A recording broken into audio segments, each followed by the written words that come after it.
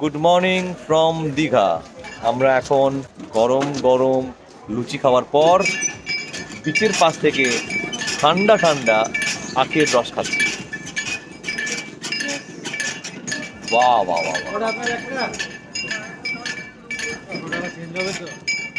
এটা সারপ্রাইজ হলো ব্যাপারটা কিনা, আচমকা দীঘাতে কেন সে কল্পনায় পরে হবে। আপাতত আখের রসটা খেয়ে নিই। বাহ, কোথায় পেলি?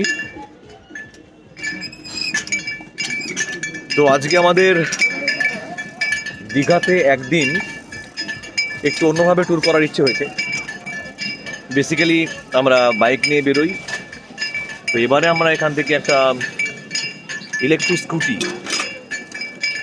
ভাড়া করে লোকাল সাইটসিং ঘুরবো। তার জন্য আমরা সকাল সকালই হোটেল থেকে বেরিয়ে পড়েছি। হোটেল বলতে আজকে আমরা সকালবেলায় ইউথ হোস্টেল থেকে বেরিয়ে এসেছি। গতকাল আমরা এসেছিলাম এখানে, আর আজ সকাল থেকে আমি ব্লগ শুরু করছি এই কারণের জন্য, কারণ দীঘাতে বহুবার এর আগে এসেছি, সবাই তোমরা দেখেছো। এবারে স্কুটি রেন্ট করে কীভাবে যাওয়া যায় এখনও পর্যন্ত আমার কোনো আইডিয়া নেই। আমি সবটাই আমার যাবতীয় প্ল্যান একদম র্যান্ডাম শুরু করছি, আনপ্ল্যান শুরু করছি। এখন 10টা বাজেনি, 9:30 মতো বাজে, তার জন্য স্কুটির রেন্টের শপটা এখনও খোলেনি। ফোনে কথা বলেছি, সে বলেছে যে 10টা অবধি ওয়েট করতে হবে, ততক্ষণ আমরা দীঘা বিচে সময় কাটাবো। তারপর শপে বসে কথা বলে সেখান থেকে কত টাকাতে করতে পারছি সব জানাবো আমি।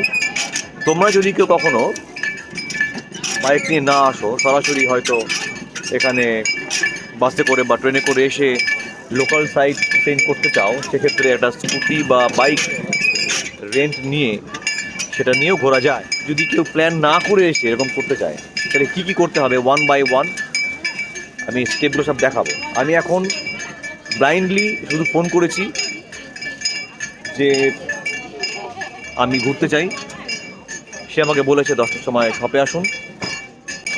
রাফলি একটা 400-500 রেট দিয়েছে। এখন আপাতত বিচে যাই। সকাল 10টা বাজে, আমরা ওল্ড দীঘার বিচে একটু বসে আছি। এখন আমি একটু দেখাই সবাইকে। দাঁড়িয়ে আছি আমি হোটেল ব্লু ভিউয়ের সামনে। এইদিকে মেন রাস্তা, এখান থেকে ঢুকতেই সরাসরি এদিকে বিচ। তবে এবারে সমুদ্রটা কিন্তু অস্বাভাবিক শান্ত। প্রত্যেকবার সমুদ্র একটু অন্যভাবে দেখি, এবারে শীতকালে এসেছি বলে হয়তো জলের সেই তাণ্ডব নেই, আওয়াজও খুবই কম। সমুদ্র পাড়ে দাঁড়িয়েও সমুদ্রের আওয়াজ শোনা যাচ্ছে না। এদিকে ঘোড়ার সারি সেজে গুজে সবাই দাঁড়িয়ে রয়েছে, গাড়ি সেটাও সেজে রয়েছে, আর দোকানগুলো অলরেডি কিন্তু খুলে গেছে। কিছু দোকান এখনো খোলেনি, দোকান খুলছে, তবে মানুষ কিন্তু খুব শিগগিরই ভরে যাচ্ছে এখানে। একটু আগে মানুষ খুবই কম ছিল, নিমেষের মধ্যে বিচটা কিন্তু মানুষে ভরে যাচ্ছে। স্পেশালি এই দিক থেকে, এদিকে মানুষগুলো বেশি করে ওদিক থেকে আসছে। সমুদ্রের একটু আওয়াজ পেলাম, এই দোকানগুলো সবে খুলছে।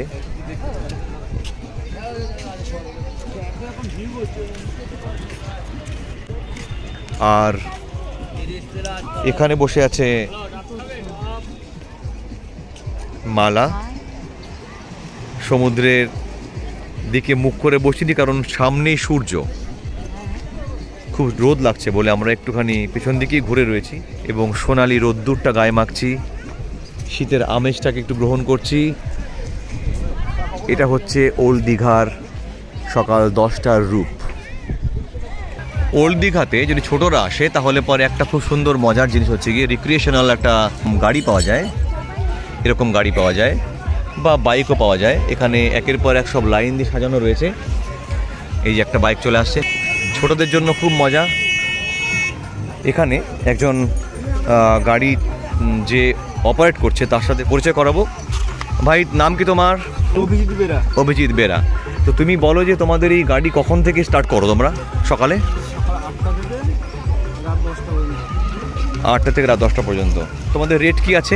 একজন 100, দুজন 150, বড় বাচ্চা হলে একা 150। ওকে, আমি আর একজন ভাইয়ের কাছে এসেছি, তার কাছ থেকে আরও একটু বিস্তারিত তথ্য নিয়ে নিই। বলো ভাই, তোমাদের এখানকার সিস্টেম কেমনভাবে তোমরা গাড়ি চালাও? আমাদের এখানে সিস্টেম হচ্ছে আমাদের সকাল 8টা থেকে গাড়ি স্টার্ট হয়। বেশ। এবার এই যে ওল থেকে যে বৃষ্টি দেখছো হ্যাঁ, হ্যাঁ। বিকাল 5টা পর্যন্ত অ্যাভেলেবেল থাকে। আচ্ছা, বিকাল 5টা পরে এই রোডটা আমাদের বন্ধ থাকে। বেশ। তারপরে যে যার আমাদের একটা স্ট্যান্ড আছে, হুম। ঠিক আছে?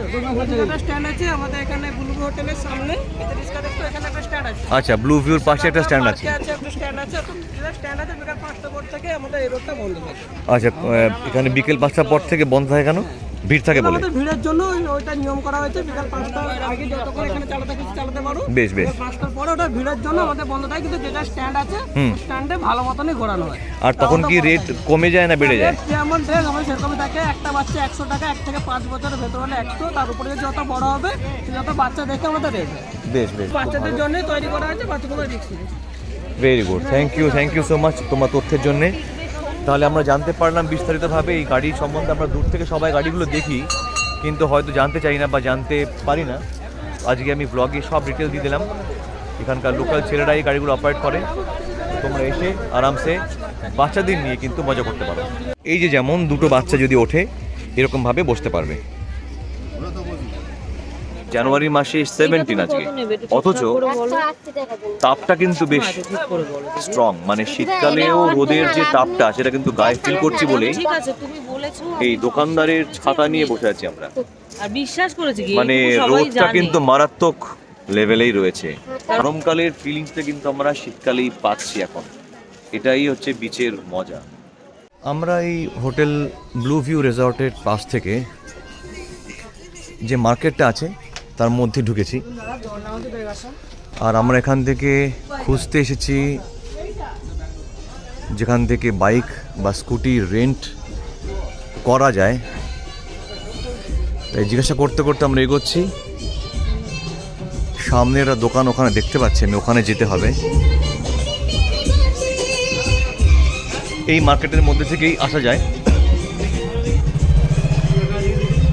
এই যে বাইক রেন্টাল লেখা আছে এখানে।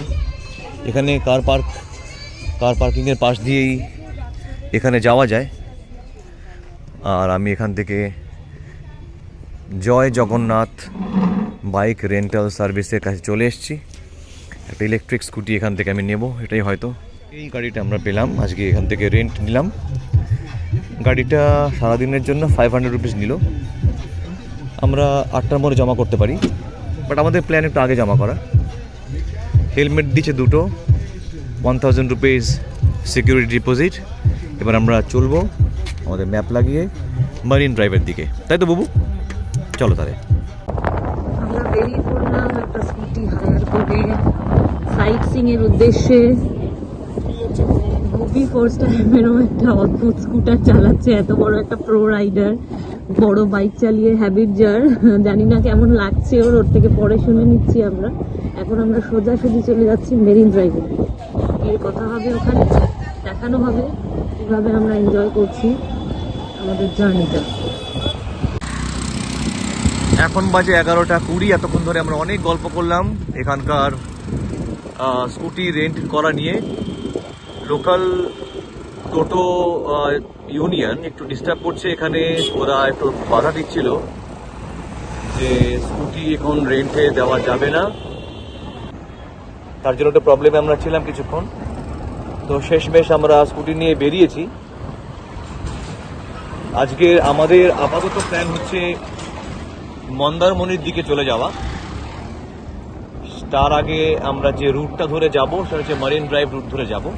এই ইলেকট্রিক স্কুটি মোটামুটি 3rd গিয়ারে ভালো চলে, কিন্তু আমরা মাইলেজ বেশি পাওয়ার জন্য আমরা 2nd গিয়ারে চালাবো।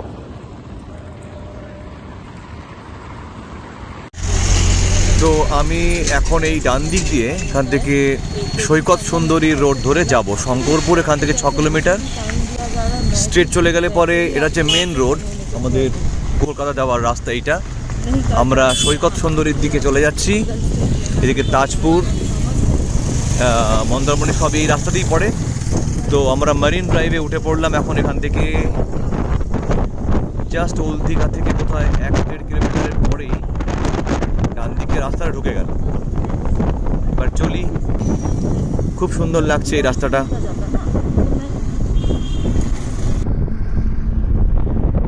তাহলে আমরা এই দীঘাতে এসে প্রথমবার এই মারিন ড্রাইভে চলছি। এই রাস্তাটা নতুন করেছি শুনেছিলাম, কিন্তু এখনও যাইনি এখান দিয়ে আমরা।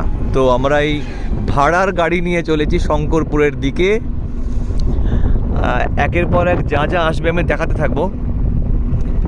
এদিকে আমাকে খেয়াল রাখতে হবে যে ইলেকট্রিক স্কুটিতে 70 কিলোমিটারের মধ্যে আমাকে ফিরে আসতে হবে, না হলে আমাকে আবার বাইরে মাঝপথে ব্যাটারি ফুরিয়ে গিয়ে ফোন করতে হবে আমাকে নিয়ে যাও।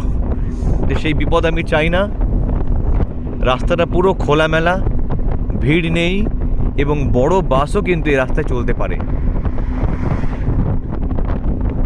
দুর্দান্ত। এর দুপাশে এত সুন্দর জায়গা, ডান দিকটাতে তো পুরো ফাঁকা চলা আর কি, আর বাঁ দিকে সেই ঝাউবন। ওয়াও, বাইক না নিয়েও বাইক রাইডিং এর মজা একটা পাওয়া যাচ্ছে, এটাই সব থেকে আনন্দের বিষয়। এখন আর খুব একটা গরম লাগছে না, কারণ হাওয়াতে একটু ঠান্ডা ঠান্ডা ফিল হচ্ছে, তাই আমরা জ্যাকেটটা আবার গায়ে দিয়ে নিয়েছি। আমরা যাচ্ছি দুজনে মিলে।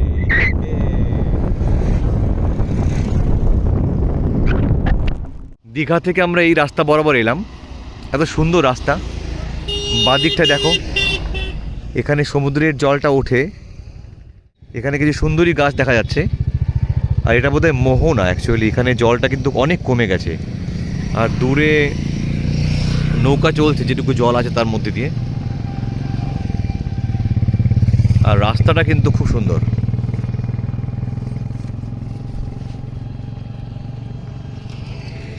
এই হচ্ছে গাড়ি যেখানে আজকে আমরা এসেছি, আর এই হচ্ছে ট্রাভেলারদের ঘোরাচ্ছে না, টুরিস্টদের। হ্যাঁ বোধহয় ঘোরায়। ওটা কি, ওটাই তো মন্দিরটা কি গো? না না, ওটা অন্য কোনো মন্দির। এইটা মন্দির মতো লাগছে দেখতে। এখানে কি মন্দির? মন্দির নাম বলছিল না আমাদের ঘুরতে যেতে। আচ্ছা আচ্ছা। সেই মন্দির। তো কিছু না জেনে যেমনভাবে আমরা যা যা পাচ্ছি, যা যা গেস করছি, সবটা শেয়ার করছি। আপাতত আমরা এই রাস্তা দিয়ে এগিয়ে যাব। টাইম হয়ে গেছে এখন 11:30। খুব একটা বেশি বেলা হয়নি, আমাদের টাইমটা আজকে অনেকটাই আছে হাতে। হ্যাঁ বাবু, ঠিকঠাকই আছে। তাহলে চলো তাহলে এগোই নাকি? হ্যাঁ চলো, লেটস গো। ওকে। এই যে সেই নদীর পাশ দিয়ে আমরা যাচ্ছি। নদী বলা যায়, হ্যাঁ এখানে নদী হয়ে গেছে, এটা অ্যাকচুয়ালি চর পড়ে গেছে। সমুদ্রের পাশে নদী এটা। আমরা সামনে এগিয়ে যাচ্ছি এখনো। এই রাস্তা থেকে ডান দিকে যাব। এই ভেতরে গেলে পরে সরু রাস্তা হয়ে গেল, আর ডান দিকটাই মেন রাস্তা। এখানে বোর্ড টাঙানো আছে, আমি দেখাচ্ছি। এই দেখো, উল্টো পাল্টা গাড়ি চলে আসছে।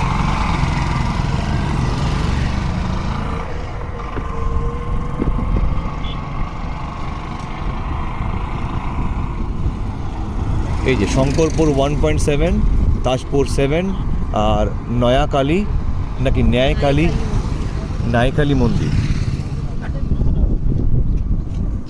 এই সবই এখানে রয়েছে।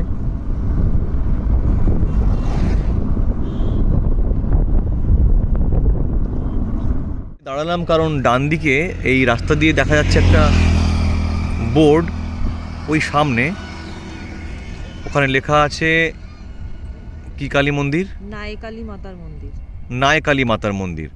আর দূরে একটা মন্দির আমরা দেখতেও পাচ্ছি, এটাই বোধহয় সেই মন্দিরটা। তো আমরা একটু আন্দাজেই যাচ্ছি এখানে। আমরা আজকে খুব একটা জিপিএসের সাহারা নিচ্ছি না, সেটা না করে কেমন হয় দেখি। ডান দিকে আমি যাবো সাবধানে। গাড়ি আসছে এদিকে, এবার যাই। এই গেলাম। এখানে লেখা আছে নায়কালী মন্দির, এটাই সেই রাস্তাটা বোধহয়। ওই ডান দিকে মন্দিরটাই বোধহয় মন্দিরটা।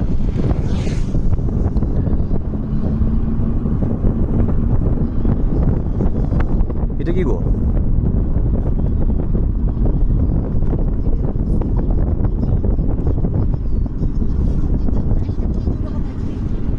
মোটর সাইকেল রাখিবার স্থান এখানে রাখলাম। ওই যে আমরা ওই রাস্তা দিয়ে ছিলাম অ্যাকচুয়ালি, আমার এখানে ডান দিক থেকে এই রাস্তায় নেমে চলে এসেছি, গাড়ি এখানে রাখবো আর আখের রস খেয়ে আমরা এই ডান দিকে মন্দিরে ঢুকবো। আমাদের অনুমান ঠিকই আছে, আমরা ভেবেছিলাম এটাই মন্দির, তো এটাই মন্দির। তাহলে নামা যাক। আমরা এখানে কি রাখলাম, রোদ কিন্তু দাঁড়ানোর পরেই খুব প্রচণ্ড রোদ লাগছে। বাঁদিকে টোটো স্ট্যান্ড আর এখানেই হচ্ছে মন্দিরের গেটটা। এখন বাজে 12টা প্রায়, আমরা প্রবেশ করছি।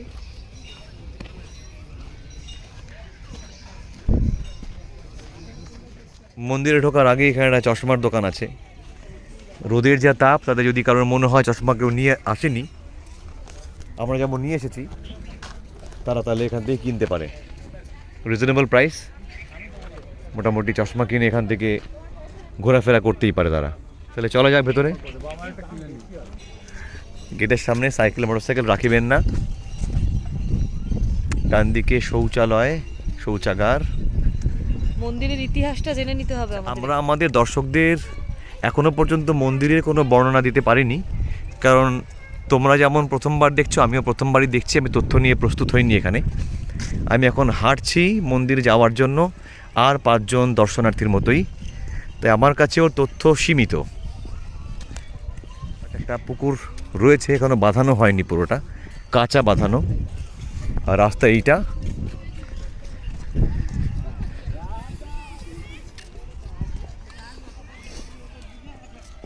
এদিকে ওটা রাস্তা ঢুকে গেছে, কোন দিকে পাশ দিয়ে যাওয়া যায় বোধহয়।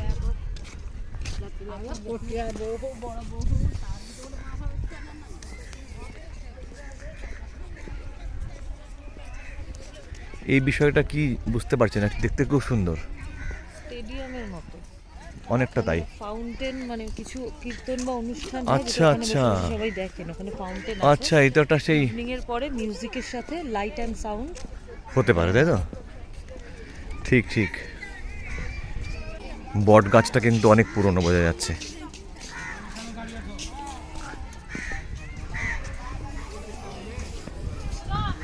এই হচ্ছে মন্দিরের বাইরের দিকটা।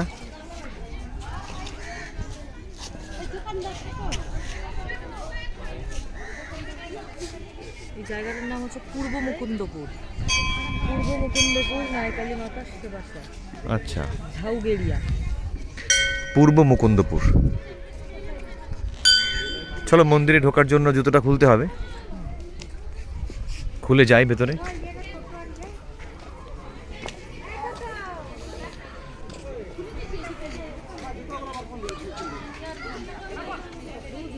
একটু ঘাটটা দেখে নাও। ও পাশে যেমন ঘাটটার কথা বলছিলাম, এই যে ঘাট, আর ঘাটটা পাশে বাঁধানো নেই, এটা বাঁধানোর বোধহয় কাজ চলবে। কিছু মাটিটা এখানে ধুয়ে গেছে, দেখো।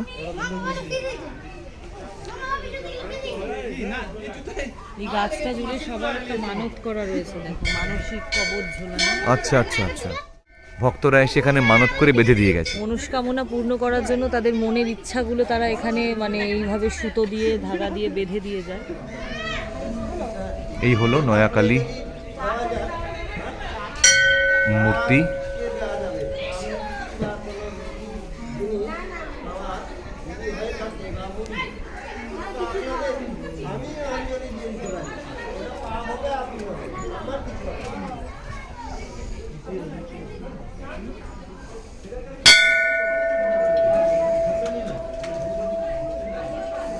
মন্দির থেকে বেরিয়ে এসেছি, এখন আমরা এই সেই ওপেন অডিটোরিয়াম তখন যেটা দেখছিলাম, এখানে বসা যায়, প্যাভিলিয়ন টাইপের বানিয়েছে, মন্দিরের দিকে ভিউটা রেখেছে। আর বাকিটা এখনও পর্যন্ত মেনটেনেন্সে রয়েছে, পুরোপুরি তৈরি হয়ে যায়নি এই প্রাঙ্গণটা। দীঘায় বেড়াতে এসে এখানে নায়কালী মাতার মন্দিরে এই প্রথমবার এসেছি, তো মায়ের রূপটা এত সুন্দর। এখানে মন্দির চত্বরের পাশেই ওনার দোকান, উনি এখানকার এই দোকানটার ওনার, শপকিপার। ওনার থেকে একটু জানবো যে এই মায়ের ইতিহাসটা কি, মানে এই মা কালীর কি করে এখানে আবির্ভাব হলো, কিভাবে মন্দির প্রতিষ্ঠা হলো। মায়ের আবির্ভাব আজ থেকে প্রায় 400 বছর আগে। তো এখানে তখন মানে জোয়ারের জল আনাগোনা হতো আর জঙ্গলে পরিপূর্ণ ছিল। তো তখন মানুষ এদিকে আসতো না, খুব একটা আসতো না। তো এই মায়ের স্বপ্নাদেশে যে পুরুষ ঠাকুর বর্তমান পুজো করছে, ওর বংশধরকে স্বপ্নাদেশ দিয়েছিল যে আমি অমুক জায়গায় আছি, আমাকে পুনর্স্থাপিত করে পুজো অর্চনা করো।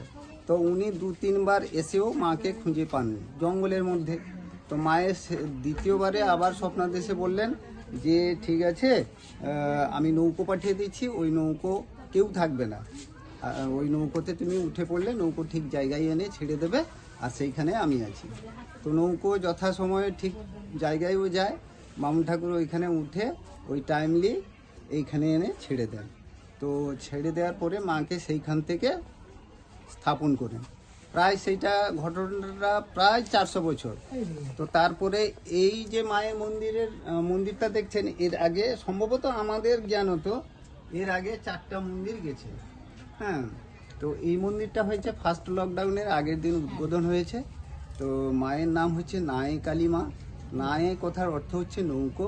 মায়ের যে আদি মূর্তিটা পাওয়া গেছিল, শিলামূর্তি, ওইটা নৌকো মূর্তির মধ্যেই পাওয়া গেছিল। সেই জন্য মায়ের নাম হচ্ছে নায়কালী। নায়কালী মায়ের 3 রূপ একত্রে, বনচণ্ডী, নবদুর্গা আর কালী, এই 3 সংমিশ্রণে মা নায়কালী। হ্যাঁ, তো মা শান্তরূপা, কোনো উগ্র রূপ নয়। কালী, বনচণ্ডী, অসাধারণ। আমরা কিন্তু মূর্তিটা দর্শন করে সেটাই দেখলাম যে মায়ের এবং মূর্তি এই কিন্তু মায়ের মূর্তির জিহ্বা বের করা সেই ভয়ানক মা কালীর মূর্তি শান্তরূপা। নয়। এই মায়ের মূর্তি যে ফেস কাটিংটা কোনো জায়গায় এর সঙ্গে তুলনা করা যাবে না। এই মায়ের একদমই মুখ এইরকম ভিন্ন রূপ, সেই জন্যই ভিন্ন আমরা রূপ। অতিরিক্ত জিজ্ঞাসু হয়েই এই দাদার এবং কাছে জানতে শুধু চাইছি। এই অঞ্চল নয়, এটা আমার বলতে গেলে প্রায় প্রত্যেকেই জানে, শহরাঞ্চল থেকে যারা আসেন, যে সমুদ্রের জল এ পর্যন্ত আসে মায়ের এই পুকুরের পাশ দিয়ে বেরিয়ে চলে যায় ঝড়ের সময়, বন্যার সময়, কিন্তু মায়ের এই পুকুরে ঢোকে না। এটাই মায়ের বৈশিষ্ট্য, আদি বৈশিষ্ট্য। এই হচ্ছে সেই পুকুর। হ্যাঁ, বর্তমান এখানে আমাদের দীঘা ডেভেলপমেন্ট অথরিটি আর মায়ের এই যে মন্দিরটা যিনি দিয়েছেন স্বদেশ নায়ক, হ্যাঁ, উনি প্রাক্তন এমএলএ, তারপরে হোটেল নেস্টের মালিক। আর বর্তমান এই যে লেজার শোটা হবে, লাইট অ্যান্ড সাউন্ড, এই প্রোগ্রামটা করেছে ডিএসডি। এর এই পরবর্তী প্রোগ্রামটা কটার থেকে শুরু হয়? এই যে স্টেডিয়ামটা দেখা যাচ্ছে, এখানে প্রোগ্রামটা হয়। লেজার শোটা আরম্ভ হয়নি, এমনি ফোয়ারা আর lighting fighting, movie light fight, এগুলো সব সন্ধ্যা থেকে স্টার্ট হয়েছে। সন্ধ্যা থেকে। আমরা খুব সুন্দরভাবে জানতে পারলাম ভদ্রলোকের কাছ থেকে। আপনার নামটা একটু বলুন। হ্যাঁ, আমার নাম হচ্ছে স্বপন কুমার দাস। হ্যাঁ, আমার এই দোকানটার নাম হচ্ছে মা নায়কালী। মা এই মায়ের নামেই আছে। এছাড়া এই মায়ের 400 বছর যেরকম ব্রাহ্মণ তার পুরোহিত, আমাদের বংশধর হিসেবে দাসী হয়ে আসছে আর কি। মায়ের সেবা যত্ন যে খুব করে। ভালো, খুব সুন্দর, আপনি খুব ভালো বলেছেনও। আমরা এটাকে ব্লগে রাখছি নিশ্চিত রূপে। আর ঠিক আছে, দেখা হবে তাহলে। আমরা এখন বেরিয়ে যাচ্ছি এখান থেকে। আপনার অসংখ্য ধন্যবাদ, আপনার সুন্দর বর্ণনা। মন্দির থেকে বেরিয়েই আমাদের কেনাকাটা শুরু হয়েছে, এই ভাজা পোড়া এবং একটুখানি চকলেট। 10-30 টাকা। 4টে দাম কত? 20 টাকা। আচ্ছা, এখন আমরা একটু ফল মাখা, এই দোকানে ফল মাখা পাওয়া যাচ্ছে, আমরা ফল মাখাও খাবো। মন্দিরের সামনে এখানে ফল মাখার দোকান। এই যে আমাদের জন্য কুল মাখা হচ্ছে, বিভিন্ন ফল আছে যেগুলো মাখা খাওয়া যেতে পারে। পেয়ারা মাখা 50 টাকা চাইছে এখানে, দামটা একটু বেশি। কদবেলের সাইজ অনুযায়ী 30 টাকা করে একটা কদবেলের মাখা। গরমের দাপটে এখন খাওয়া দাওয়া শুরু হয়ে গেছে, কুল মাখা খাওয়া শুরু। আহা হা হা, পুরো কড়া মাখা।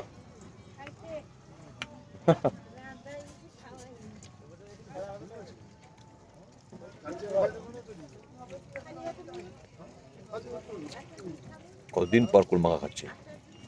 আমরা মন্দির থেকে বেরিয়ে এবারে যাচ্ছি এই ব্রিজের উপর দিয়ে উঠবো আমরা। এখান থেকে ইউ টার্ন নিয়ে সামনে থেকে সামনে থেকে গিয়ে ইউটার্ন নিয়ে ডান দিকে এই ব্রিজের উপর দিয়ে উঠে আমরা পরবর্তী সমুদ্র সৈকত যেটা আছে সেটা এখানে যাব।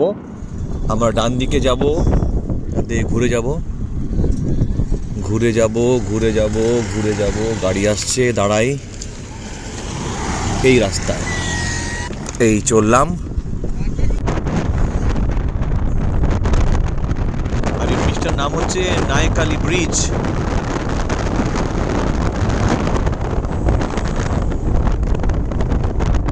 1 কিলোমিটার আসতেই আমরা এই বোর্ডটা পেলাম। বাঁদিকে রামনগর, রামনগরে আমরা যাচ্ছি না, তাজপুর যাচ্ছি এখন আমরা। আর ডান দিকে গেলে পরে শঙ্করপুর ফিশিং হারবার। দেখি শঙ্করপুর ডান দিকে কিনা, অ্যারোটাও দেখতে পাচ্ছি না। হ্যাঁ, ডান দিকে আছে, ডান দিকে অ্যারো, ডান দিকে ঢুকে পড়ি। শঙ্করপুর যাচ্ছি আমরা এখন, শঙ্করপুর বিচ।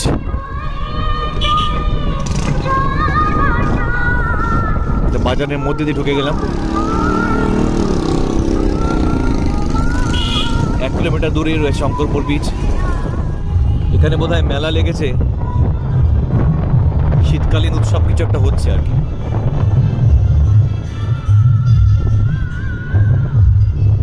বড় মঞ্চ দেখতে পাচ্ছি, তার মানে প্রোগ্রাম হয়। আচ্ছা, এখানে কোনো পুজো হয়েছে, একটা প্যান্ডেল দেখতে পাচ্ছি।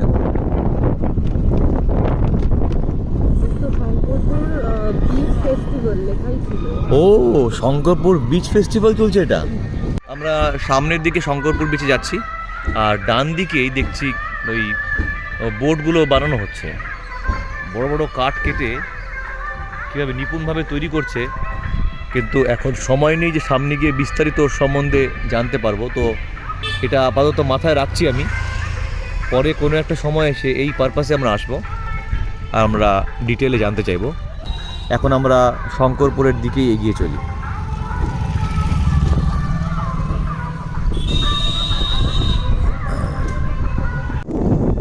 একের পর এখানে বোট রেডি করা রয়েছে মাছ ধরার জন্য। ফিশিং হারবার ডান দিকেই ছিল, আমরা একটু পার করে সামনের দিকে যাচ্ছি। এই যে হচ্ছে শঙ্করপুর সি বিচ। দেখো বাইকাররা এখানে এসছে বোধহয়, তাই তো বাবু?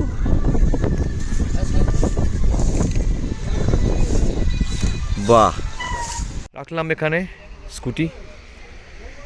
এবার যাই একটু হেঁটে হেঁটে দেখি কেমন লাগে নিরিবিলি এই সি বিচে। একটু ঘুরে আসি শঙ্করপুর সি বিচ। ওখানে গিয়ে বসাও যাবে, হেলান চেয়ার রয়েছে, ওখানে রিল্যাক্স করে পাটা মেলে বসবো আমরা। বাইক আনলে হয়তো এখান দিয়ে আমি চালিয়ে চলে যেতাম, স্কুটি বলে আমি আর রিস্ক নিলাম না। এই অবধি স্কুটি এসে থেমে গেছে।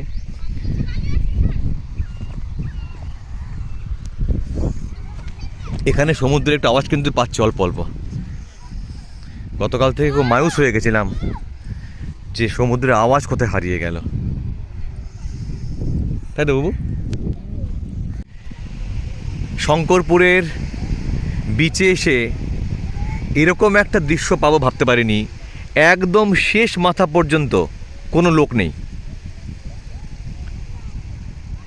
এত বড় জায়গা, খোলা মাঠের মতন, স্মুথ বালি, পরিবেশ একদম স্নিগ্ধ। রোদ এখন আর গায়ে লাগছে না সমুদ্রের পাড়ে, হাওয়া চলছে বলে। আর ডান দিকে দেখলেও মানুষজনই নেই কোনো, একদম দূরে 2-1 মানুষ। এখানে 3 জন, আর এখানে গুটি কতক মানুষ রয়েছে। তাছাড়া বাকি পুরো জায়গাটা জাস্ট ফ্যান্টাস্টিক। এত সুন্দর একটা ভিউ পেয়ে যাব শঙ্করপুরে ভাবিনি আমি। আমরা প্রিপেয়ার নিয়ে বলে নামতে পারবো না, বাট এগেন সমুদ্রের আওয়াজ শোনা, সমুদ্রের ফিলটা পাওয়া, নিঃশ্বাসে আকাশে রোদ, হালকা ঠান্ডা, সব মিলিয়ে এক মায়াময় পরিবেশ। কেমন লাগছে বাবু বলো? আমার তো সমুদ্র মানেই ভেতরে একটা দারুণ হার্টবিট বেড়ে যায়, পালস রেট বেড়ে গেছে, হার্টবিট বেড়ে গেছে। আর দীঘায় তো সেটা ছিল না, কারণ আওয়াজ শুনতে পাচ্ছিলাম। শঙ্করপুরে এসে বেশ সমুদ্রের আওয়াজটা শুনতে পাচ্ছি, ভালো লাগছে। জলটা আমাদের পা পর্যন্ত আসবে, জুতো ভিজে যাবে না। এই রে চলে এলো, আর নয় আর নয়।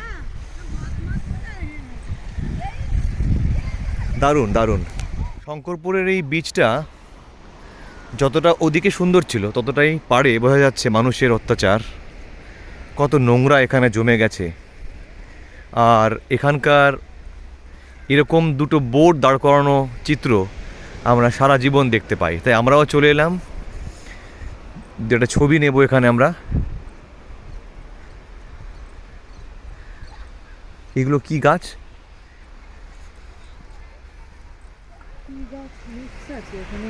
হ্যাঁ, ঝাউ গাছ কিছু আছে, কিন্তু বাকি অন্য গাছগুলোর নাম বুঝতে পারছি না। আমরা এখান থেকে বেরোলাম, বেরিয়ে এবারে এখান দিয়ে যেতে যাবো, তা দেখলাম এই রাস্তাটা পুরোপুরি জাল বিছিয়ে বানানো হচ্ছে, যেগুলো নিয়ে ওরা সমুদ্রে যায়।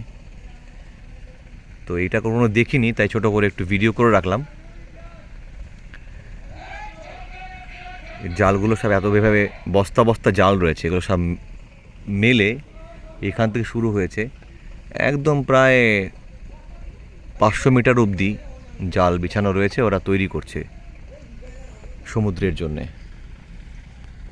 আমি দাঁড়িয়ে আছি বিচের পাশেই, এখানে কিনারা পর্যটক আবাসের সামনে।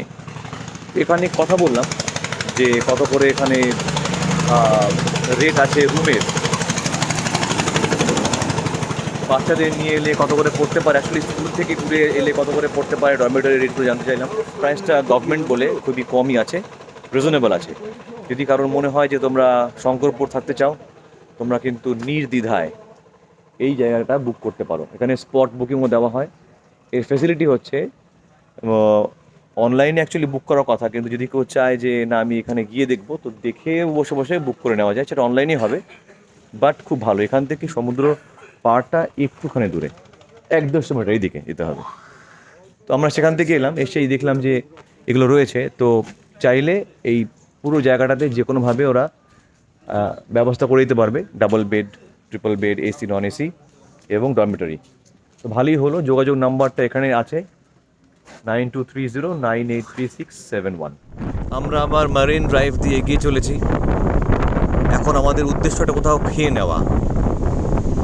এখানে ফ্যামিলি রেস্টুরেন্ট দেখতে পাচ্ছি, এখানে কি পাওয়া যাবে কিছু খাবার দাবার? এবার দেখবি, জিজ্ঞাসা করে আসবে। সামনে 5 কিলোমিটার পরেই তাজপুর। আমরা চলে এসেছি এখন শঙ্করপুরের এখন বর্তমান যে বিচ তৈরি হয়েছে সেখানে।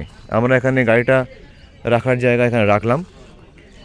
আর শঙ্করপুর বিশ্ববাংলা পার্কিং স্টাফের কাছ থেকে জানতে পারলাম যে অ্যাকচুয়ালি একটু আগে আমরা যেখান থেকে এলাম সেটাই ছিল মেন শঙ্করপুর বিচ। এখন আমরা এখানে ঢুকবো, ঢুকে দেখব বর্তমানে শঙ্করপুর বিচের কী কন্ডিশন আছে। ওকে দাদা, কোন পাশ দিয়ে? আজ এই পাশ দিয়ে আসো বাবু। এখান দিয়ে গেলে উপরে যাওয়া যাবে না, ওদিকে একই তো জায়গা। তাহলে আমরা ঢুকছি এখান থেকে। বাহ, দোকান বসার সেজে গেছে। এই হচ্ছে, ভালোভাবে এটা গুছিয়ে নিয়েছে মোটামুটি, এটা ভালো।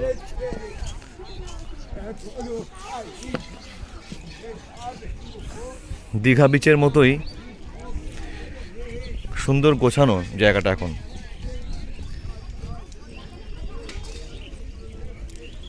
বাহ, এখানেও সেই দীঘার মতো এই গাড়িগুলো রয়েছে। সমুদ্রের আওয়াজ তো এখান থেকে পাওয়া যাচ্ছে। আমরা একটু আগে ওই দিকের বিচে ছিলাম, যেখানে একদম ভিড় ছিল না। আর এখানে বাদিকে নতুন তৈরি হওয়া বিচ, বোল্ডার ফেলা রয়েছে। একটু ঘাটটা দেখিয়ে আনি কাছ থেকে। এই রকম মানে দীঘার মতো করে তৈরি হয়েছে জায়গাটা। এখন আমরা যাচ্ছি কোনো একটা খাবারের সন্ধানে। অ্যাকচুয়ালি মাছ ভাজা এবং ভাত খাওয়ার জন্য আমরা খুঁজছি কোথায় পাওয়া যায়। এই গেট থেকে আমরা আরেকবার বেরিয়ে পড়লাম, যেখান থেকে আমরা গেছিলাম সেখানেই। আর ডান দিকে পেলাম সারথী হোটেল শঙ্করপুর। এখানে আমরা ফিশ ফ্রাই করে খাওয়া হবে। তো দাদা কি কি মাছ পাওয়া যাবে? আমাদের পাওদায় রুই মাছ আছে, কাতলা আছে, ভেটকি আছে, পার্সে আছে, গোলদা চিংড়ি আছে। এত রকমের মাছ পাওয়া যাবে? তো কই দেখি মাছগুলো দেখিনি। মাছ দেখাও। তো আমাদের একটা মাছ সিলেকশন করে আমরা মাছ ভাজার জন্য এত দূর থেকে এলাম। পমফ্রেট মাছটা ফার্স্টে দেখাও তো। পমফ্রেট মাছটা ফার্স্টে দেখাও তো, উনি ছবি তুলে। বাহ বাহ বাহ, ফ্রেশ মাছ। পমফ্রেট মাছ এটা, এই দেখুন জান। হ্যাঁ, এই অর্ডার হতে আমাদের রান্না পমফ্রেট পার্সে কাতলা থাকবে। তাহলে এখন যদি আমরা কোনো কিছু অর্ডার দিই কতক্ষণের মধ্যে খাবার তৈরি হবে? মিনিট 10 লাগবে, তার মধ্যেও হয়ে যেতে পারে। খুব ভালো। অর্ডার দিচ্ছে না। তাহলে শুধু মাছটা তাহলে আমরা দেখে বলি। হ্যাঁ, তাহলে আমরা একটা মাছ সিলেকশন করে নিই, তারপরে জানাচ্ছি কি মাছ করলাম। তো আমরা পেয়ে গেছি আমাদের থালি।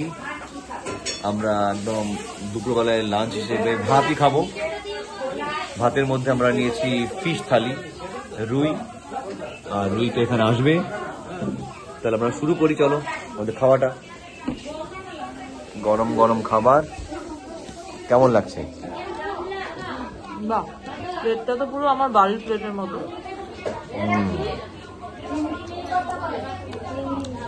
সুন্দর। খেয়ে বেরোলাম, এখন আমরা তাজপুরের দিকে এগিয়ে চলবো। এই দিকে সামনে এটা হচ্ছে এখন বর্তমানে এই বিচে যাওয়ার রাস্তা। এখানে গাড়ি পার্ক করা যায় না, এখানে লেখা আছে বিচ। একটু আগে আমরা বাইকটা যখন স্কুটি যখন নিয়ে এসেছিলাম তখন এখান দিয়ে এসেছিলাম, এসে সামনে আমরা রেখেছি, ওখানে এখন পার্কিং হয়েছে, ওটাই মেন গেট হয়েছে। তো আমরা ভেতরে এখন আর যাব না, সময় অনেক কম। আমরা এখন তাজপুরের দিকে যাই, টুক করে ঘুরে ফিরতে হবে আবার। খেতে অনেক সময় লাগলো, কিন্তু খাবারটা ভালোই ছিল। ফিশ ফ্রাইটা আর খাওয়া হলো না সময়ের অভাবে। আমরা ফিশ ফ্রাই দেখি বিকেলে পাই কিনা খেতে। এখনও পর্যন্ত আমাদের ডাউট রয়েছে মনে, আমার মনে ডাউট আছে যে আজকে থাকবো কি থাকবো না। মালা বলছে আজকে চলে যাব, আমি বলছি আজকে থেকে যাব। এরকম একটা পর্যায়ে আমাদের ভাবনা চিন্তা চলছে। কি হয় সেটা জানতে পারবে আস্তে আস্তে, যা হয় সেটাই জানিয়ে দেবো। থাকলে থাকা হবে, চলে গেলে চলে যাওয়া হবে। আমরা শঙ্করপুর ছেড়ে বেরোচ্ছি, চলে যাচ্ছি আগের দিকে। মালা পেছনে বসে আছে আরামসে। আমাদের ভালোভাবেই স্কুটি নিয়ে ঘোরাফেরা চলছে। এখানে অনেক হোটেল আছে, শঙ্করপুরের হোটেল।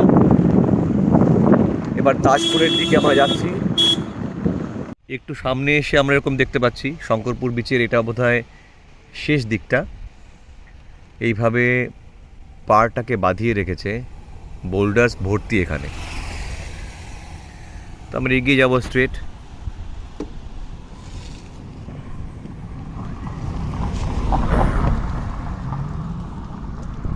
চলি। এটা হোটেল সি ফিল, ওইখানে হোটেল আছে। হোটেল কিন্তু কম নেই বলো। আমরা ভাবছিলাম শঙ্করপুরে বোধহয় হোটেল কম হবে, কিন্তু ভালোই দেখো খাচ্ছে ওরা, অন্যরকম একটুখানি। আর এই জায়গাটাকে দেখতে অনেকটা দীঘার থেকে অনেক ভালো লাগছে বেশি। কিন্তু এখন দেখো তুমি জায়গাটা, এই রাস্তাটার জন্য ভালো। মেরিন ড্রাইভ করেছে একদম দারুণ কিন্তু। হ্যাঁ, আমার তো খুব ভালো লাগছে এখন।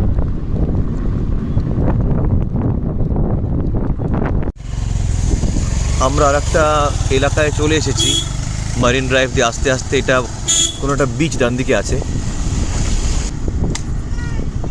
ডান দিকে কী দেখাচ্ছে এটা? এখানে যখন একটা মেলা হয়েছে না, বিচ ফেস্টিভ্যাল এখানেও হয়েছে। সব জায়গায় বিচ ফেস্টিভ্যাল চলছে এখন না?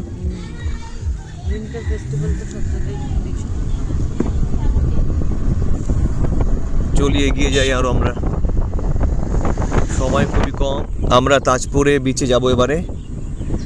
ডান দিকে একটা গলি পাবো, সেই গলি দিয়ে ডান দিকে ঢুকতে হবে। কোথায় সেটা দেখি, কোথায় গলি, কোথায় গেট করা। একজন লোকাল ভদ্রলোককে জিজ্ঞাসা করার পরে উনি বললেন ডান দিকে একটা গেট করা মতো আছে। এইটা ওই যে গেট দেখা যাচ্ছে, এইটা কি তাহলে? এটা হোটেলের রাস্তা। ও আচ্ছা, পিচ রাস্তা যেতে হবে না? আচ্ছা, গেট করার পরে চলি তাহলে যাই। এই রাস্তা দিয়ে তো কখনো আসিনি না, একটু অন্যরকম লাগছে বেশ। আমরা তো দীঘা মেন রোড দিয়ে যাই তাজপুরের দিকে, এবার আমরা তো মারিন ড্রাইভ দিয়ে ঢুকছি, তাই পুরো ব্যাপারটাই একটু অন্যরকম।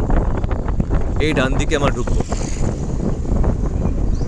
এখানে লেখা আছে বিচ। ডান দিকে চলি আস্তে করে। বাহ, তাজপুর সি বিচের বোর্ডও পেয়ে গেছি আমরা। চলো চলো, এটা কিন্তু দারুণ। বাঁদিকে জঙ্গল, ডান দিকে জঙ্গল, মাঝখান দিয়ে সরু রাস্তা টুয়ার্ডস তাজপুর। এগিয়ে চলা যাক। আমরা চলে এসেছি এখন তাজপুর বিচে। বিচ লেফট সাইডে, আর জল এখানে বহুদূর পর্যন্ত দৃশ্যমান নয়। সরু একটা জায়গাতে জল দেখতে পাচ্ছি এখানে, পুরোটাই ড্রাই। আর এদিকে বোধহয় সমুদ্র, এদিকটাও সমুদ্রের পাড়, তবে এটা হচ্ছে বাঁধানো জায়গাটা। আর বাকি তাজপুরের বিচ যাওয়ার জন্য আগেই রাস্তা ছিল সামনে, ওখান থেকে আমরা সেখানে ঢুকিনি, একটু বালি রাস্তা বলে। এখন যেখানে তৈরি হয়েছে, যেখানে বাস ঢুকতে পারে এবং পার্কিংয়ের জায়গা আছে, সেখানে দাঁড়ালাম এসে, এবং বালি এখানে ভর্তি। আর জল এখানে একটুও নেই। এখানে বোধহয় 3-4 কিলোমিটার দূরে গেলেও জল পাওয়া যাবে না। এদিকেও তাই, গুটি কয়েক মানুষই দেখতে পাচ্ছি এত বেলাতেও। লোকজন খুবই কম। সমুদ্র এখানে একেবারেই নেই বললেই চলে। তো আমরা এখন এখান থেকে চলে যাব মল্লিকা বিচে। সেখানে যাই, কি সেই মল্লিকা বিচের মাধুর্য দেখে নেওয়া যাবে। আমরা বিচে আর নামলাম না, কারণ যে পরিমাণে বালি এখানে রয়েছে, জুতোর মধ্যে বালি ঢুকে যাবে।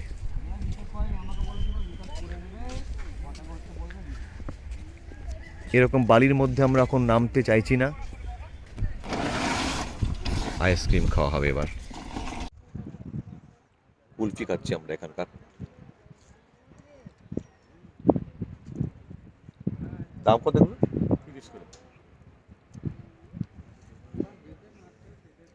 30 করে। একেবারেই বিচের সামনে, কিন্তু বিচে এখন জল নেই, ভাটার সময় বলে। পরে আসবে আবার জল, সেই জলটা রাতের দিকে হয়তো। তাহলে আমরা তাজপুর থেকে এখন বেরোবো। বেশিক্ষণ থাকতে পারলাম না এখানে, কারণ আমরা মল্লিকা বিচে যাবো এখন। মল্লিকা বিচ করে এখান থেকে আমরা বেরিয়ে যেতে পারি। বাইক রেন্টাল শপ থেকে আমাদের ফোন করেছিল, জানতে চাইলে কখন আমরা পৌঁছবো। অ্যাকচুয়ালি বলে এসেছিলাম 3টের মধ্যে, এখন 3টে অলরেডি বেজে গেছে। তো আমরা একটু সময় নিয়ে আরও ঘন্টা 2-3 হাতে নিয়ে রেখেছি। তাহলে চলো, তাহলে উঠে পড়ি। এই হচ্ছে মেন রাস্তা যেখানে আমরা আসছিলাম। এখান থেকে এই রাস্তা দিয়ে ঢুকে গেলাম লেফট সাইডে। ঢুকে গিয়ে সামনে মল্লিকা বিচ হয়তো, আমরা এখনও জানি না, কারণ কোনো বোর্ড পাইনি। বর্ণনা অনুযায়ী এটাই হওয়ার কথা। আর গাড়ি যেভাবে দাঁড়িয়ে রয়েছে তাতেও মনে হচ্ছে এটাই হয়তো সেই মল্লিকা বিচ, যার জন্য আমরা 2 চক্কর মেরে এসেছি ওদিক থেকে, তাজপুর থেকে। ঝাউবনের মধ্যে দিয়ে যাচ্ছে, এটা একটা ভালো জায়গা। কি হচ্ছে এদিকে? পিকনিক বা পিকনিক স্পট তাহলে আছে। তাহলে তো এখানে গাড়ি ঢুকিয়ে পিকনিক হতে পারে। বাহ বাহ বাহ, এদিকেও পিকনিক হচ্ছে। তো মানে গাড়িতে করে এসে পিকনিক করা যায় এখানে। That's good. এটা মল্লিকা বিচ। এটাই মল্লিকা বিচ। থামি, গাড়ি এখানে রেখে দিয়েছি। আর এই সেই বালিময় রাস্তা দিয়ে আমরা হেঁটে হেঁটে যাব। এখানে কিছু টেম্পোরারি হোটেল রয়েছে। আমার যতদূর মনে পড়ছে, আমি বোধহয় এখানেই এসেছিলাম আগে, যেটাকে আমি তাজপুর বলে ভেবেছিলাম। তার জন্য মনের মধ্যে আমার চিত্রটা এরকম ছিল যে তাজপুর মানেই এরকম একটা জায়গা থাকবে, এখানে সুন্দর বিচ থাকবে, জল থাকবে। দ্যাট মিনস এই ভ্রান্তিটা আমার আজকে দূর হলো যে আমি এসেছিলাম অ্যাকচুয়ালি মল্লিকা বিচে কোনো একটা সময়। এইটাই মেন জমজমার জায়গা, রাইট? তাহলে ভ্রান্তি বিলাস বালিতে আরামে শেখে নিচ্ছে ও নিজেকে। 10 ইয়ার্স ধরে আমি ভেবেছিলাম এই বিচটা বোধহয় তাজপুর বিচ, এখন দেখছি না এটা তাজপুর এলাকার মধ্যে পড়ে, বাট এটার নাম মল্লিকা বিচ হয়েছে। এখানে সেই ওই তুমি যদি দেশি মুরগি চাও সব কিছু খাঁচার মধ্যে ধরা রয়েছে, তুমি বললে ওরা রেডি করে রান্না করে তোমাকে টেবিলে সার্ভ করবে। মানে দারুণভাবে প্রত্যেকটা মানে হোটেলগুলোতে ইন্ডিভিজুয়ালি এরকম ব্যবস্থা রয়েছে খাওয়া দাওয়া। তো কথা বলে আসে এখন। দাদা বলছি এই জায়গাটার নাম কি? এটা এটা হচ্ছে আমাদের এমনি পাড়ার ইয়েতে বলে জলদা ব্রিজ, ঠিক আছে? জলদা বিচ। হ্যাঁ, সে পাশে আছে তাজপুর ব্রিজ। তাজপুর বিচে তো গেলাম, হ্যাঁ, কিন্তু এখানে তো লেখা আছে বোধড়া। তাজপুর বোধড়া, তাজপুর বোধড়া। তাজপুর বোধড়া। Mallika sea beach. আচ্ছা, মল্লিকা সি বিচ তো কোথাও দেখতে পাচ্ছি না, তো লেখা কোথাও নেই এখানে বোর্ডে। কোনটা মল্লিকা সি বিচ? দেখা যাচ্ছে না কি ওটা? এটা সবুজ রঙের যে তাবু সবুজ মতো, রঙের এগুলো, হ্যাঁ সেগুলো হচ্ছে ঘর বানানো হয়েছে, সিঁড়ি দিয়ে উপরে উঠতে হয়, তার উপরে বসে লোক এনজয় করে। মল্লিকা বিচ। ওটা হচ্ছে মল্লিকা বিচ। এখানেও তো লেখা রয়েছে মল্লিকা সি বিচ। আর এই মল্লিকা বিচের আসল জায়গাটা হচ্ছে ওইদিকে, কিন্তু আমরা ওখানে ঢুকবো কিভাবে? মানে কোন রাস্তায় যেতে রাস্তা হবে? আছে এইরকম, যেরকম ঢুকে এলেন না, হ্যাঁ। ওই রাস্তা দিয়ে গেলে সেখানেও রাস্তা আছে। আচ্ছা, ওটা হচ্ছে মেন জায়গা, এটা নয়? না, এটা আছে, গেস্ট ফেস্ট আছে, এই কটা আচ্ছা, দোকান আচ্ছা। করেছে। তার মানে বোঝা গেল যে আমরা যেখানে এসেছি অ্যাকচুয়ালি মল্লিকা বিচের এক্সটেনশন। মল্লিকা বিচটা ওই দিকটাতে হ্যাঁ, রয়েছে, ওই দিকটা। তাজপুরের কিছুটা পরেই মল্লিকা বিচ, হ্যাঁ। বাট আমরা একটু ক্রস করে চলে এসেছি এখানে। এটাও বিচ, কিন্তু এই বিচটা ভালোই, ওর থেকে অনেক ভালো ছিল। আমি যা বুঝলাম এই বিচগুলো ভালোই। সামনে গেলে পর অনেকটা বড় জায়গা জুড়ে হাঁটাচলা ঘোরাফেরা করা যায় এবং জলও পাওয়া যাচ্ছে, জলের আওয়াজটা শোনা যাচ্ছে। তাজপুরে তো জল একদমই ছিল না। আমরা যেখান থেকে সবে এলাম সেটার নামও যেমন একদিকে মল্লিকা বিচ, আবার লোকেরা কনফিউজড হয়ে ওটার অন্য নাম বলছে, আবার সেইভাবে আর একটা জায়গা দিয়েও আমরা ঢুকে পড়েছি যেটা মল্লিকা বিচ হিসেবে সেটাও পরিচিত। এবার যাচাই করার সময় আমাদের নেই যে কোনটা আসলে মল্লিকা বিচ, দুটোকেই মল্লিকা বিচ হিসেবে লোকেরা ধরে নেয়। আমরা যাচ্ছি জাস্ট এক্সপ্লোর করতে, কোন দিকে পৌঁছাই, কি আছে দেখি। তাজপুরের আশেপাশে এখন আমরা রয়েছে একটা গলির মধ্যে ঢুকে গেছি বিচের দিকে। আচ্ছা, এই হ্যাঁ, তো মল্লিকা বিচের যে বর্ণনা আমরা একটু আগে দিয়েছিলাম সেটা অ্যাকচুয়ালি মল্লিকা বিচের এক্সটেনশন যেটা বললাম, সেখান থেকে এইটা প্রায় 1-1.5 কিলোমিটার দূরে একই বিচের এটা একটা পার্ট। তবে এখানে এখন রাস্তাঘাট বোধহয় ঠিক হয়নি। আমরা স্কুটিটা রেখে এখানে যাবো ভেতরে একটুখানি, কাজকর্ম চলছে। এই সাইডের পার্কটা করি, এই সাইডে, তারপরে আমরা দেখছি। এদিকে বিচের রাস্তা, কিন্তু এখন কাজ চলছে বলে বিচে নামা যাবে না। তো আমরা একটু অল্টারনেটিভ এই আদ্রিতা বিচ রিসর্টের পাশ দিয়ে আমরা এখন ডান দিকে চলে যাব, মানে এ পাশ থেকে ডান দিকে যাব, তাহলে আমরা ওই বিচেই পৌঁছাতে পারবো। কোথায় বললো পাঁচিলটা, কোথায় বললো? এটা তো নয়, এটাই। এই রিসর্টের মধ্যে দিয়ে যাবো আমরা এখন। দেখি আমরা একটা রিসর্টের মধ্যে দিয়ে বিচের রাস্তা পেয়েছি, কিন্তু সেটা কি আদৌ যাওয়া যাবে কি না দেখি। কোথায় চলে এলাম, কেমন জায়গা দিয়ে যাচ্ছি। প্রীতিকা রিসর্টের মধ্যে দিয়ে ঢুকে গেলাম, ডান দিকে চলে যাচ্ছি। আচ্ছা, এটা পুরো একদম রিসর্টের ভেতর থেকে আমরা এই জায়গাটাতে অ্যাক্সেস করতে পারছি, যদিও এরা নিজেরা আমাদের অ্যালাউ করছে বলে তাই, আদারওয়াইজ এটা কিন্তু মেন রাস্তা নয়। তো আগে যেখান দিয়ে গেলাম সেটাই অ্যাকচুয়ালি মেন রাস্তা, ওটাই আপাতত ধরে নেওয়া যায় মল্লিকা বিচ হিসেবে। এটা পার্সোনাল বিচ বলতে পারা যায়। যদি এগুলোকে আমরা বুক করি সেক্ষেত্রে আমরা এখান থেকে ইজিলি এই বিচগুলো অ্যাক্সেস করব। বেশ সুন্দর, কিন্তু এখান থেকেও ভালো হতে পারে। একদম এখান থেকে সমুদ্রের ভিউটাও সামনেই আসছে। তবে জলটা সেই একই রকম ব্যাপার, জলটা এখান থেকে অনেক দূরেই আছে। এখান থেকে সিঁড়ি করে দেওয়া হয়েছে, সিঁড়ি করে দিয়ে নামা যাবে। বাহ, উপরে খাওয়া যায়, তার মানে জলের যে লেভেলটা ওর কতটা হয় সেটা বোঝা যাচ্ছে। বেশ অন্যরকম হলো, তাহলে বেশ একটা নতুন জায়গা কিন্তু আমরা এক্সপ্লোর করলাম আজকে। এখন যদি আমি স্পেসিফিক্যালি বলি, এখানে দাঁড়িয়ে আমার লেফট সাইডে এই পাশ থেকে বাঁ দিকে হচ্ছে তাজপুর বিচটা, তার পাশে এখানে দাঁড়িয়ে আছি মল্লিকা বিচ, আর ডান দিকে আরও মল্লিকা বিচ ওদিকে। আর এখান থেকে যদি সামনে তাকানো যায় একদম স্ট্রেট, এই জায়গাটা এটা হচ্ছে মন্দারমণি। ওই বিল্ডিং দেখা যাচ্ছে পিছন দিকে, ওই জায়গাটা মন্দারমণি।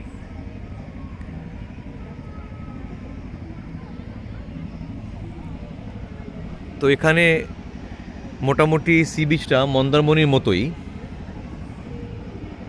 অনেকটা বড় জায়গা জুড়ে। এখানে দৌড়ে বেড়ানো যায়, খেলে বেড়ানো যায়, টিম নিয়ে পার্টি করা যায়, স্টুডেন্টদের নিয়ে ঘুরে বেড়ানো যায়, বেশ সুন্দর, দারুণ।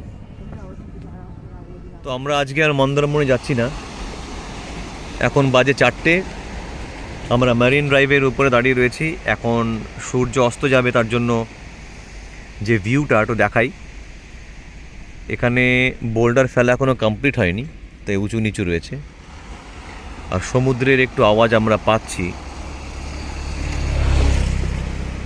এখন আমি দাঁড়িয়ে আছি তাজপুর থেকে ক্রস করে এসে, মল্লিকা বিচ ক্রস করে এসে সামনে শঙ্করপুর, আর পেছন দিকে হচ্ছে তাজপুর। সেরকম একটা মাঝামাঝি জায়গায় দাঁড়িয়ে রয়েছি,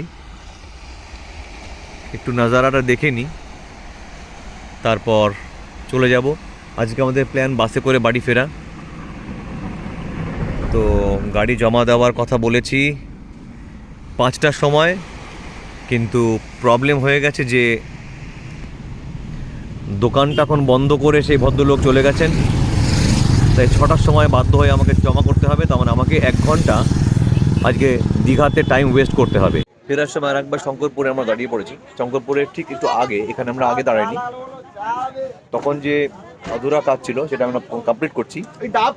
পেয়ারা মাখা খাওয়া প্রায় শেষ, আর এখন কদবেল মাখা হাতে রয়েছে। তো আমরা এখন কদবেল খাওয়ার পর হেঁটে হেঁটে চলেছি শঙ্করপুরের শেষ প্রান্তের দিকে একটু নামার জন্য।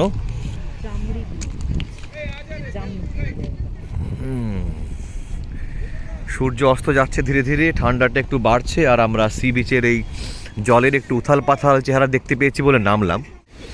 আর এখানে যে শ্যাওলা জমেছে সেটা কেমন দেখার মতো, ভাবা যায় না, পুরো মাঠ তৈরি হয়ে গেছে এখানে। হ্যাঁ গো, কি সুন্দর না, দারুণ। কিন্তু ব্যাপারটা পুরো কার্পেট বেছানো মনে হচ্ছে।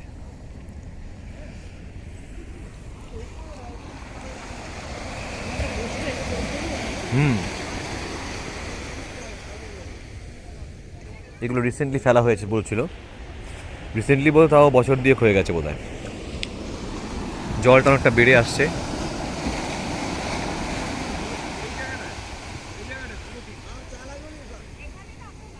কাল থেকে সমুদ্রের আওয়াজ ভালো করে পাইনি, এখন পাচ্ছি বলে একটু বেশ ভালো লাগছে। আমি তো এইটার ফ্যান হয়ে গেলাম, সুন্দর।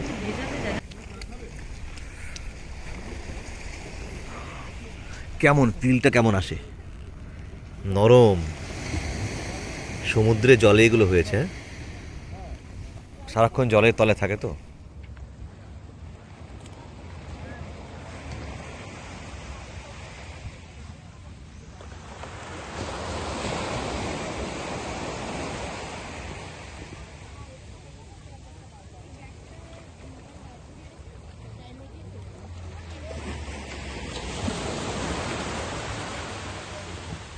পৌনে 5টা বাজে, আমরা দীঘার দিকে চলে এসেছি প্রায় অনেকটাই। মারিন ড্রাইভের শেষ প্রান্তে এখন আমরা। মারিন ড্রাইভ রাস্তা ছেড়ে আমরা এখন মেন রাস্তায় চলে যাব, আর কিছুক্ষণ পরেই আমরা গাড়িটাকে জমা করে দেব। আমরা বাসে করে বাড়ি যাচ্ছি আজকে, রাত হবে বাট সেফলি পৌঁছে যাব আশা করি। আমরা একটু টুইস্ট করলাম, গাড়ি জমা করতে যাওয়ার জন্য এখনও দেখলাম যে প্রায় 45 মিনিটস বাকি আছে, বিকজ দোকানদার 5:30-র আগে দোকান খুলতে পারবে না। তো আমরা মোহনার দিকে টার্ন নিলাম। কি বাবা, এটা কী হয়েছে? একটা আগুন লেগেছে কেন? তো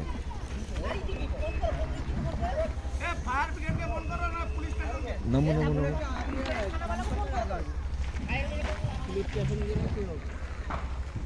এখানে পুরো আগুন লেগে গেছে। আমরা মোহনা যাওয়ার আগে শ্মশানের দিকে দেখছি এরকম আগুন লেগে গেছে চুল্লিতে। এ কি ভয়ানক অবস্থা! আমরা এক্ষুনি পুলিশকে ফোন করব। ও মাই গুডনেস। হ্যাঁ,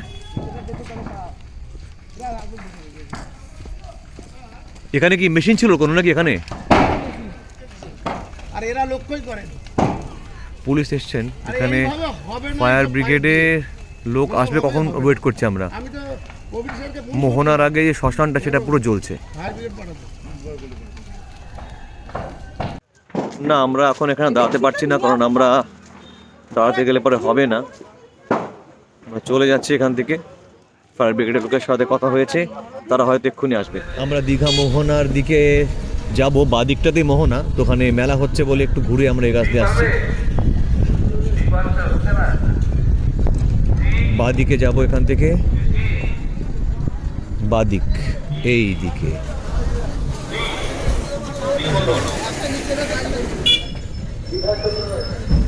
পুরো জায়গাটাই একদম মাছের গন্ধে মোমো করছে, রাস্তা ভেজা, পুরো মাছের ব্যবসা, মাছে এখান থেকে হোলসেলিং, মাছের প্যাকিং, মাছের যে কারোবার চলে এখানে সেটা রাস্তা থেকে বোঝা যাচ্ছে। ডান দিকে বাঁ দিকে যেদিকে যায় না কোনো মাছই মাছ, মাছের আড়ত।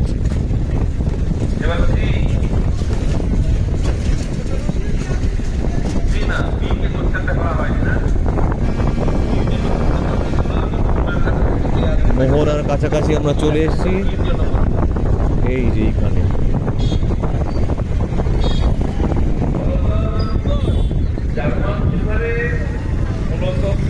এটা মোহনা। বাহ,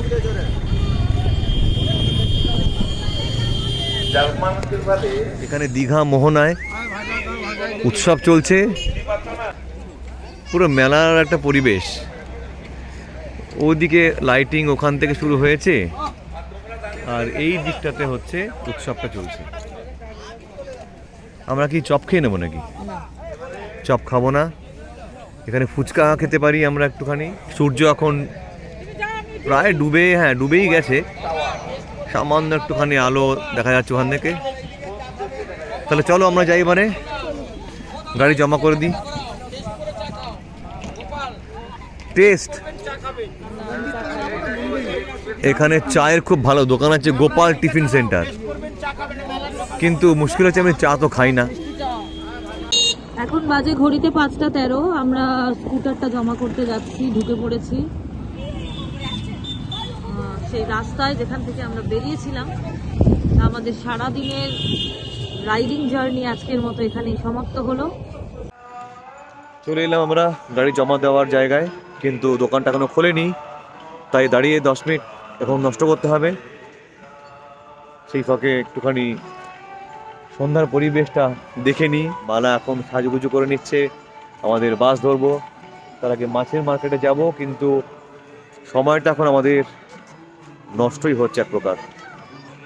যাই হোক, ওয়েট করতেই হবে, কিছু করার নেই। তবে সংক্ষেপে বলতে গেলে পরে, যদি সকালবেলায় আমরা স্কুটি নিতাম তাহলে আমরা পুরো গোটা মন্দারমণি অবধি এবং তারপরে উদয়পুর বিচে যেতে পারতাম, আরও ওদিকে যেতে পারতাম, কিন্তু অত আমাদের সময় নেই এখন। অনেকটাই ঘুরতে পেরেছি। টোটাল যেটুকু সার্কিট করলাম তাতে মোটামুটি 35 কিলোমিটার আমরা গাড়ি চালিয়ে গেছি এবং এসেছি। যদি কেউ বাইক এখান থেকে রেন্ট করা এখন খুব সমস্যা, কারণ এখানে টোটো ইউনিয়নরা ডিস্টার্ব করছে, গাড়ি দেওয়ার ক্ষেত্রে বাধা দিচ্ছে। যদি ফিউচারে থাকে তাহলে পর সবাইকে বলছি তোমরা নিয়ে আরামসে দুজনে মিলে, বা যদি কেউ সিঙ্গেল আসো সে যেতে পারো, পুরো টোটাল সার্কিটটা তোমরা করে নিতে পারো, একদম দীঘার পুরো চাপ্পা ঘুরতে পারো একদিনের মধ্যে। এনাফ টাইম, আর্লি বেরোতে 8টার সময়, এবং 24 ঘন্টার জন্য মাত্র 500 রুপিস, খুবই কম। তাই তো? সুন্দর ঘুরেছি, খুব সুন্দর। আমরা হুটপাট করে এখন 6:50-এ বাস ধরে বাড়ি যাওয়ার প্রস্তাব গ্রহণ করেছি। একটা বাস আমরা বুক করে ফেললাম অলরেডি। সেই বাসে আমরা বাড়ি যাব। 6:50-এ বাস ছাড়লে পরে বাসটা গিয়ে পৌঁছবে অ্যাপ্রক্সিমেটলি 4.5 আওয়ার্স, প্লাস তার সাথে সাথে আধ ঘন্টা ব্রেকের পরে, মানে 5 আওয়ার্স পরে গিয়ে পৌঁছাবো। এই আমাদের বাস, বাড়ি যাবার বাস, আরাধনা ট্রাভেলস। এখান থেকে বাসে উঠে যাব, এইখান থেকে এই বাসে আমরা বাড়ি যাচ্ছি। তাহলে দীঘাকে আমরা এবারের মতো আমরা বাই বাই করবো। মাছ ভাজা খাওয়া হয়নি, টাইম পাইনি বলে, কারণ এর থেকে দেরি করলে আর আমরা পেতাম না বাস।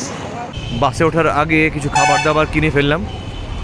এই বাসে উঠছি, ওই যে মালা ওখানে জিনিসপত্র কিনে নিয়ে চলে আসছে, খাবার দাবার।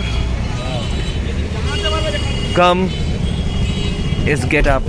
7:05 টাইম। ভালো সিটি পেয়েছি আমরা সামনের দিকে। এইটা স্লিপার কোচ বাস। বাসে উঠে আমরা বসেছি, বসে মিষ্টি খাওয়া শুরু হয়েছে। বাস ছাড়তে আর 5 মিনিট বাকি, অলরেডি বাসটা স্টার্ট দিয়ে দিয়েছে। আরে ব্যাকে আটকে যাচ্ছে। প্রচুর স্পেস বাসটাতে।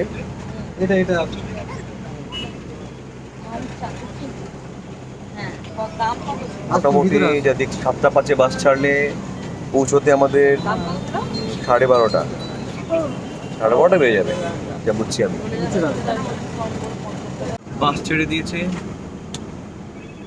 7:05 বাস ছাড়ার কথা ছিল, 7টায় বাস ছেড়েছে, কারণ সামনে আরো কাউন্টার থেকে প্যাসেঞ্জার তুলবে বলে। দীঘা থেকে ছাড়বে মোটামুটি 7:05। কথা বলছো আমার সাথে? এখন কিছুটা এগিয়ে এগিয়ে যাচ্ছে বাস কাউন্টার থেকে লোক তুলতে তুলতে। দাদা এসছে আমার সাথে, কি আছে দেখা যাক কখন আমরা ব্রেক পাই, সাপোর্ট দিতে না জানাবো মাঝখানে কি হচ্ছে। পরিচয় আমার সাথে হয়েছে বল। চলে যাচ্ছে দীঘা মন্দির। বাসটা নিউ দীঘা দিয়ে বেরিয়ে যাবে। 7:04 বাজে। 7:05 দীঘা ছেড়ে বেরিয়ে যাওয়ার কথা। আরও কিছু প্যাসেঞ্জার্স এখনো তোলা বাকি আছে। এখনো কালকের মতোই ভিড় রয়েছে জুতো রাখার জায়গাটাতে।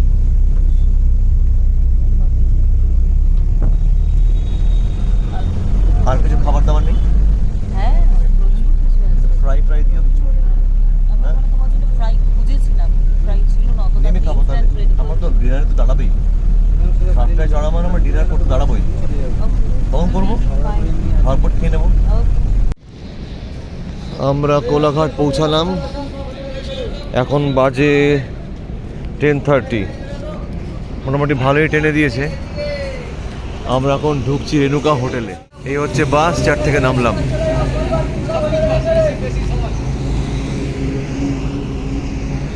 কুড়ি মিনিট দাঁড়াবে। চলো, কি খাবে বলো? চা কফি সব খাবার আছে, বসো। পৌঁছাই। বাহ, তোমার তো প্রিয় খাবার রয়েছে এখানে, মিষ্টি। এসে গেল এগ চিকেন ভর্তা আর রুমালি রুটি। জলদি করে ফাঁসি করো, রুমালি রুটি একটা নিয়ে নাও, হবে না? কি বলছো গো, কম খেলে হবে নাকি? হ্যাঁ দিয়ে দাও, প্লেটেই দিয়ে দাও। কেমন দেখি? হ্যাঁ, ওকে। বাহ বাহ বাহ, খাওয়া দাওয়া শেষ, বাসে উঠছি। বাস ছাড়বে, 20 মিনিটের ব্রেক ওভার। 11টা বাজতে 5 মিনিট বাকি। সবাই ঘুমের জন্য প্রস্তুত। আমরা এখন কোলাঘাট থেকে বেরোলাম। 65 কিলোমিটার ধর্মতলা অবধি। সময় দেখাচ্ছে 2 ঘন্টা। 2 ঘন্টার আগেই পৌঁছে যাবো। অর্থাৎ হিসাব করে দেখতে গেলে পরে 1টার সময় পৌঁছানোর কথা।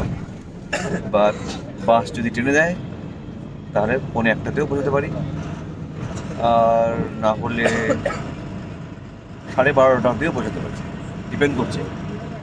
পেট ভর্তি করে খেলাম, তবে প্রাইসটা একটু হাই ছিল। 2 ঘন্টা চোখ বন্ধ করে থাকবো, তারপর নেমে দেখা হচ্ছে। তাহলে আমরা ধর্মতলা পৌঁছে গেলাম ফাইনালি। এখন বাজে 12:20।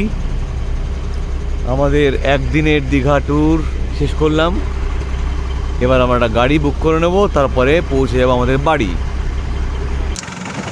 গাড়ি অলরেডি বুক করে নিয়েছি, এখন ওয়েট করছি, 4 মিনিট টাইম দেখাচ্ছে আসার জন্য ক্যাব। তারপরেই আমাদের ডেস্টিনেশনে পৌঁছে যাওয়ার পরেই আজকে শেষ হয়ে যাবে আমাদের এই ট্যুর। উঠে গেছি আমরা ক্যাবে। তো এখান থেকে যেতে আর অল্প সময় লাগবে। বাড়িতে ফোন করে দেওয়া হয়েছে, এদের গেটটা খুলে দেয়।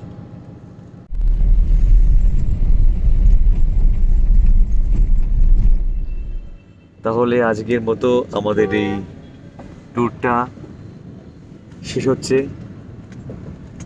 12:35-এর মধ্যে আমরা ঢুকে যাব ঘরে। দেখা হবে খুব শিগগিরই পরবর্তী কোনো ব্লগে। ততদিন সুস্থ থেকো এবং ঘুরতে থেকো। Bye bye.